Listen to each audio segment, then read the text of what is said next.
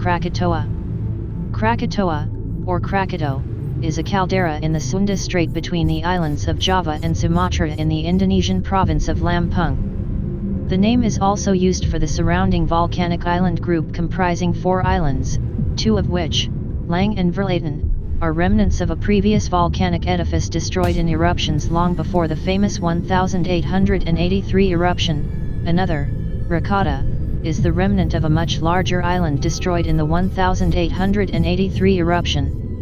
In 1927, a 4th island, Anak Krakatau, or Child of Krakatoa, emerged from the caldera formed in 1883. There has been new eruptive activity since the late 20th century, with a large collapse causing a deadly tsunami in December 2018. The most notable eruptions of Krakatoa culminated in a series of massive explosions over 26-27 August 1883, which were among the most violent volcanic events in recorded history. With an estimated volcanic explosivity index of 6, the eruption was equivalent to 200 megatons of TNT, about 13,000 times the nuclear yield of the Little Boy bomb that devastated Hiroshima, Japan, during World War II, and 4 times the yield of Tsar Bomba, the most powerful nuclear device ever detonated at 50 MT. The 1883 eruption ejected approximately 25 km3 of rock.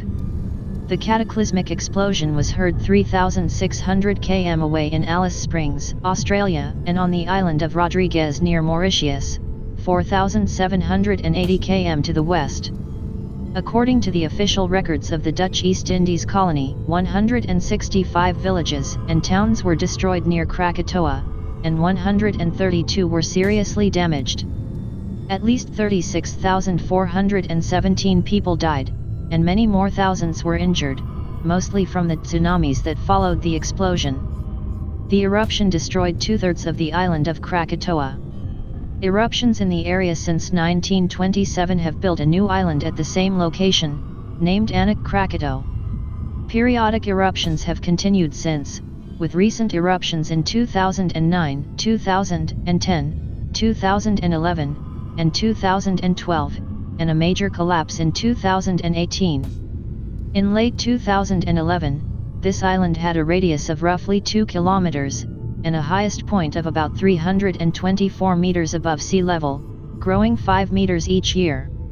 In 2017, the height of Anak Krakatau was reported as over 400 m above sea level. Following a collapse in December 2018, the height was reduced to 110 meters. Although there are earlier descriptions of an island in the Sunda Strait with a pointed mountain, the earliest mention of Krakatoa by name in the Western world was on a 1611 map by Lucas Janszoon Wagner, who labeled the island Pulau Krakata. About 24 variants have been found, including Krakatu, Krakatau, and Krakatau. The first known appearance of the spelling Krakatau was by Wouter Schouten, who passed by the high tree-covered island of Krakatau in October 1658. The origin of the Indonesian name Krakatau is uncertain. The Smithsonian Institution's Global Volcanism Program cites the Indonesian name, Krakatau, as the correct name, but says that Krakatoa is often employed. Indonesia has over 130 active volcanoes, the most of any nation. They make up the axis of the Indonesian island arc system produced by northeastward subduction of the Indo-Australian plate. A majority of these volcanoes lie along Indonesia's 2 largest islands, Java and Sumatra. These 2 islands are separated by the Sunda Strait located at a bend in the axis of the island arc. Krakatau is directly above the subduction zone of the Eurasian plate and the Indo-Australian plate, where the plate boundaries make a sharp change of direction, possibly resulting in an unusually weak crust in the region. At some point in prehistory, an earlier caldera-forming eruption had occurred, leaving as remnants Verlaten, Lang, Pulshahode, and the base of Krakatoa. Later, at least 2 more cones formed and eventually joined with Krakatoa, forming the main island of Krakatoa. At the time of the 1883 eruption, the Krakatoa group comprised Lang, Verlaten, and Krakatoa itself, an island 9 km long by 5 km wide. There were also the tree-covered islet near Lang and several small rocky islets or banks between Krakatoa and Verlaten. There were 3 volcanic cones on Krakatoa Island, Rakata, to the south, Danan, near the center, and Perbawatan, to the north. The Javanese Book of Kings records that in the year 338 Saka, a thundering sound was heard from the mountain Bachawara, which was answered by a similar noise from Kapi, lying westward of the modern Bantam. A great glowing fire, which reached the sky, came out of the last named mountain. The whole world was greatly shaken and violent thundering, accompanied by heavy rain and storms took place, but not only did not this heavy rain extinguish the eruption of the fire of the mountain Kapi, but augmented the fire. The noise was fearful. At last the mountain Kapi with a tremendous roar burst into pieces and sank into the deepest of the earth. The water of the sea rose and inundated the land. The country to the east of the mountain Bachawara, to the mountain Rajabasa, was inundated by the sea. The inhabitants of the northern part of the Sunda country to the mountain Rajabasa were drowned and swept away with all property. The water subsided, but the land on which Kapi stood became sea, and Java and Sumatra were divided into 2 parts. There is no geological evidence of a Krakatoa eruption of this size around that time.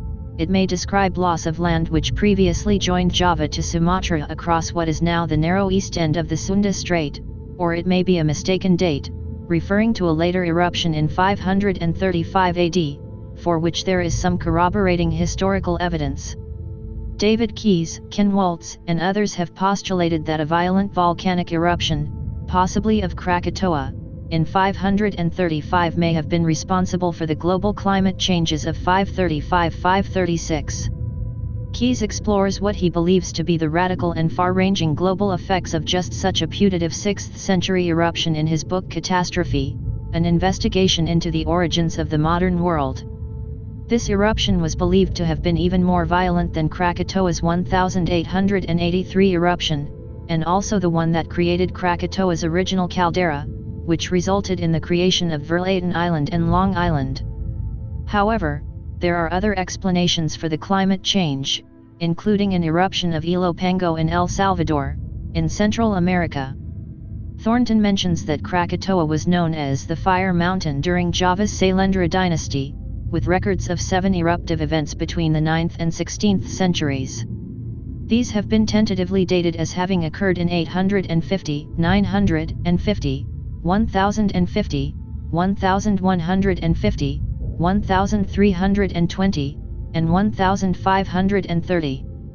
In February 1681, Johann Wilhelm Vogel, a Dutch mining engineer at Salada, Sumatra, on his way to Batavia passed through the Sunda Strait. In his diary he wrote, "I saw with amazement that the island of Krakatoa, on my first trip to Sumatra completely green and healthy with trees, lay completely burnt and barren in front of our eyes, and that at 4 locations was throwing up large chunks of fire. And when I asked the ship's captain when the aforementioned island had erupted, he told me that this had happened in May 1680. He showed me a piece of pumice as big as his fist." Vogel spent several months in Batavia, returning to Sumatra in November 1681. On the same ship were several other Dutch travelers, including Elias Hesse, a writer. Hesse's journal reports, "On the 19th we again lifted anchor and proceeded first to the north of us to the island of Sleepsea, uninhabited, and then still north of the island of Krakatoa, which erupted about a year ago and also is uninhabited. The rising smoke column of this island can be seen from miles away. We were with our ship very close to shore and we could see the trees sticking out high on the mountain, and which looked completely burned, but we could not see the fire itself." The eruption was also reported by a Bengali sea captain, who wrote of the event later, but had not recorded it at the time in the ship's log. Neither Vogel nor Hesse mention Krakatoa in any real detail in their other passages, and no other travelers at the time mention an eruption or evidence of one. In 1880, Verbeek investigated a fresh unweathered lava flow at the northern coast of Perbawatan, which could not have been more than 2 centuries old. In February 1780, the crews of HMS Resolution and HMS Discovery, on the way home after Captain James Cook's death in Hawaii, stopped for a few days on Krakatoa. They found a fresh water and a hot spring on the island. They described the natives who then lived on the island as friendly and made several sketches. Edmund Roberts calls the island Krakatoa in his journal. A paraphrased account follows. On September 8, 1832, U.S. sloop of war Peacock anchored off the north end, also visiting Long Island, in search of inhabitants, fresh water, and yams. It was found difficult to land anywhere, due to a heavy surf and to the coral having extended itself to a considerable distance from the shore. Hot springs boiling furiously up, through many fathoms of water, were found on the eastern side of Krakatoa, 150 feet from the shore. Roberts, Captain Geisinger, and Marine Lieutenant Fowler visited Forsaken Island, having mistaken the singing of locusts for the sound of running water. The boat glided over crystal clear water, over an extensive and highly beautiful submarine garden.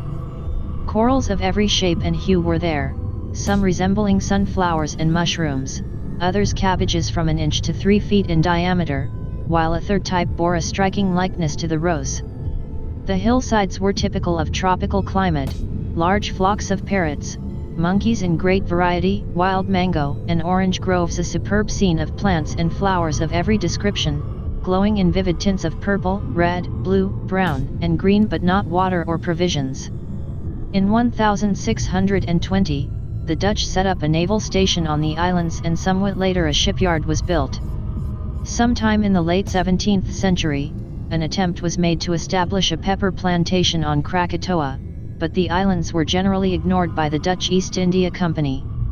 In 1809, a penal colony was established at an unspecified location, which was in operation for about a decade. By the 1880s the islands were without permanent inhabitants. The nearest settlement was the nearby island of Sebesi with a population of 3,000. Several surveys and mariners' charts were made, and the islands were little explored or studied. An 1854 map of the islands was used. Indiana, an English chart, which shows some difference from a Dutch chart made in 1874. In July 1880, Rogier Verbeek made an official survey of the islands, but was only allowed to spend a few hours there. He was able to collect samples from several places, and his investigation later proved important in judging the geological impact of the 1883 eruption. 9. While seismic activity around the volcano was intense in the years preceding the cataclysmic 1883 eruption, a series of lesser eruptions began on May 20, 1883. The volcano released huge plumes of steam and ash lasting until late August. On August 27, a series of 4 huge explosions almost entirely destroyed the island. The explosions were so violent that they were heard 3,110 km away in Perth, Western Australia, and the island of Rodriguez near Mauritius, 4,800 km away. The pressure wave from the third and most violent explosion was recorded on barographs around the world. Several barographs recorded the wave 7 times over the course of 5 days, 4 times with the wave traveling away from the volcano to its antipodal point, and 3 times traveling back to the volcano. 63 The wave rounded the globe 3.5 times. Ash was propelled to a height of 80 km. The sound of the eruption was so loud it was reported that if anyone was within 16 kilometers, they would have gone deaf. The combined effects of pyroclastic flows, volcanic ashes, and tsunamis had disastrous results in the region and worldwide. The death toll recorded by the Dutch authorities was 36,417, although some sources put the estimate at more than 120,000. There are numerous documented reports of groups of human skeletons floating across the Indian Ocean on rafts of volcanic pumice and washing up on the east coast of Africa up to a year after the eruption. Average global temperatures fell by as much as 1.2 degrees C in the year following the eruption. Weather patterns continued to be chaotic for years and temperatures did not return to normal until 1888. Verbeek, in his report on the eruption, predicted that any new activity would manifest itself in the region which had been between Perbawatan and Danan.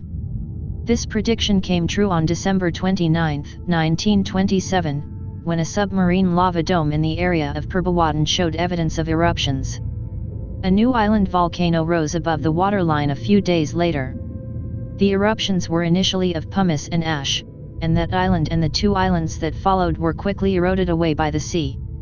Eventually a fourth island, named Krakatoa, broke water in August 1930 and produced lava flows more quickly than the waves could erode them. The islands have become a major case study of island biogeography and founder populations in an ecosystem being built from the ground up in an environment virtually cleaned. The islands had been little studied or biologically surveyed before the 1883 catastrophe. Only two pre-1883 biological collections are known, one of plant specimens and the other part of a shell collection. From descriptions and drawings made by HMS Discovery, the flora appears to have been representative of a typical Javan tropical climax forest.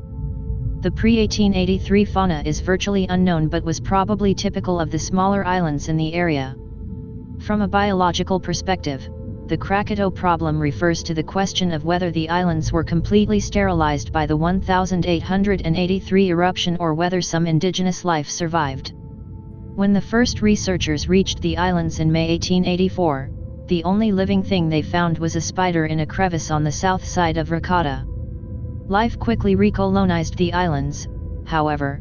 Verbeek's visit in October 1884 found grass shoots already growing. The eastern side of the island has been extensively vegetated by trees and shrubs, presumably brought there as seeds washed up by ocean currents or carried in birds' droppings. It is, however, in a somewhat fragile position, and the vegetated area has been badly damaged by recent eruptions. A German, Johann Handel, obtained a permit to mine pumice in October 1916. His lease of 8.7 square kilometers was to be for 30 years. He occupied the south slope of Krakatoa from 1915 to 1917, when he left due to violation of the terms of the lease. Handel built a house and planted a garden with 4 European families and about 30 coolies. It is his party that is believed to have inadvertently introduced the black rat to the island.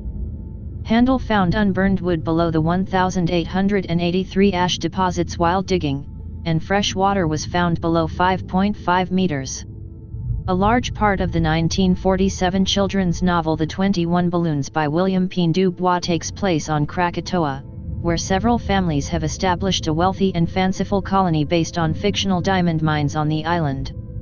Krakatoa has been featured as a subject and a part of the story in various television and film dramas. In the 1953 film Fair Wind to Java, an American sea captain and a pirate leader race one another to recover a fortune in diamonds hidden on Krakatoa, which begins its final eruption as they search the island for the treasure. The island was a prominent part of the plot of Crack of Doom, Episode 6 of the Irwin Allen television series The Time Tunnel in 1966. It was also featured as the main part of the storyline in the 1969 film, Krakatoa, East of Java, which depicts an effort to salvage a priceless cargo of pearls located perilously close to the erupting volcano.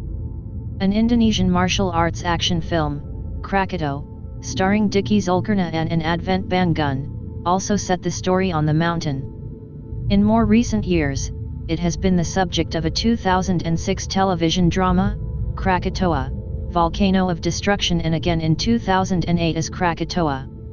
In Klaus Teuber's board game Seafarers of Catan, the Krakatoa variant is a scenario involving an island composed of 3 volcano tiles.